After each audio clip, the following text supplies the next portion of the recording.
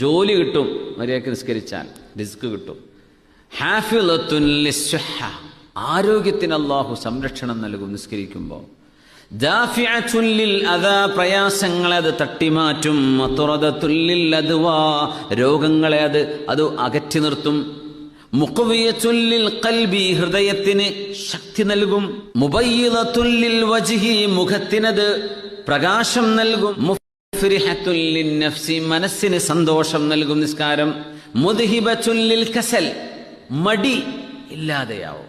മുനശ്ശിതത്തുൻ ലിൽ ജവാരിഹി, നിസ്കരിക്കുന്ന മനുഷ്യന്റെ അവയവങ്ങൾക്ക്, കൈകാലുകൾക്ക് ഉന്മേഷമുണ്ടാകും. മുമിദ്ദത്തുൻ ലിൽ ഖുവാ, മനുഷ്യന്റെ കഴിവുകളെ അത് പരിപോഷിപ്പിക്കും. ശാരിഹത്തുൻ ലിസ്സദർ, ഹൃദയത്തിന് വിശാലത ഉണ്ടാകും. മുഗദ്ദിയത്തുൻ ലിർറൂഹി, അത് ആത്മാവിന് പോഷണം നൽകും. മുനവ്വിറത്തുൻ ലിൽ ഖൽബ്, ഹൃദയത്തിന് വെളിച്ചം നൽകും. ഹാഫിളത്തുൻ ലിന്നിഅമ, അല്ലാഹു നൽകുന്ന അനുഗ്രഹങ്ങളെ അത് നിലനിർത്തി തരും. ദാഫിഅത്തുൻ ലിന്നിഖമ, അല്ലാഹുവിന്റെ ശിക്ഷയെ അത് തട്ടിമാറ്റും.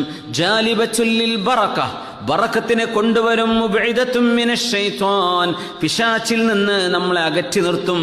മുഖർരിബത്തുൻ മിനർ റഹ്മാൻ, അല്ലാഹുവിലേക്ക് നമ്മൾ അടുപ്പിക്കുകയും ചെയ്യും. അതാണ് നിസ്കാരം.